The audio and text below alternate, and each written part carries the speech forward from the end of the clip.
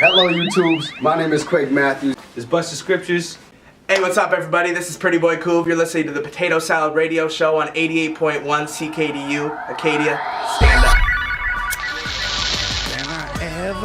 Is that Bernie Bento?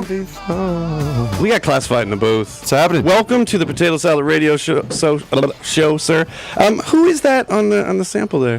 That is a sample of Bernie Bento? No, it's not Bernie Bento. A lot of people did that song over. The one we sampled was from. Oh man, I should know who this is. We just got like a gang. It's like a known gang name. of people. Who do we sample for hire? Do you guys know who that is?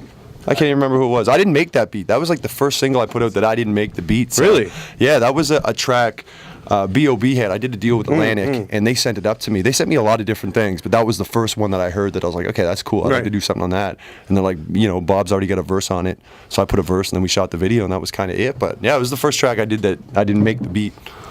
So I don't know who the sample is.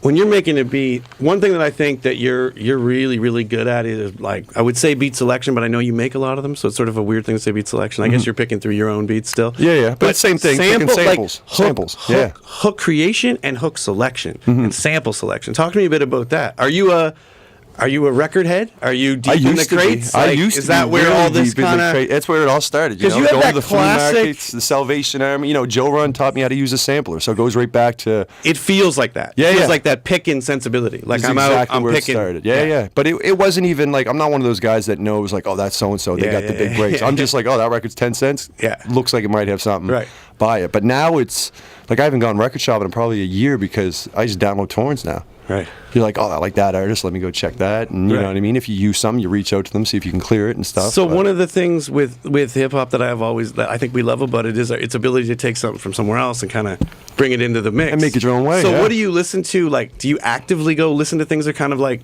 the inverse from hip hop, if there's such a thing, to find something that's kind of unique, to bring a new flavor? Yeah, well, it's usually started with like, 60s and 70s, the older records, the old soul music. That's kind of where it started. But it goes down to anything that's like, an old Russian dance record might have something, or, could be anything. Like even on this new record, instead of digging through vinyl and everything, I sent a thing on Facebook like, hey, if you're an independent musician, if you make music and you want me to sample your stuff, or if you don't mind if I cut it up, send it over. And a lot of the stuff from the new album came about that way, like just people who, I play piano. He sent me a piano he recorded at University in Ottawa, sent it over, sampled it, put drums behind it. Or even like Dave Sampson on the first single, No Pressure. That was a song, a guy from here put it out like a year or two ago. I heard the first verse and I was like, man, I'd love that part. Let me sample that and kind of make it from that. So yeah, it's taking something and turning it into something.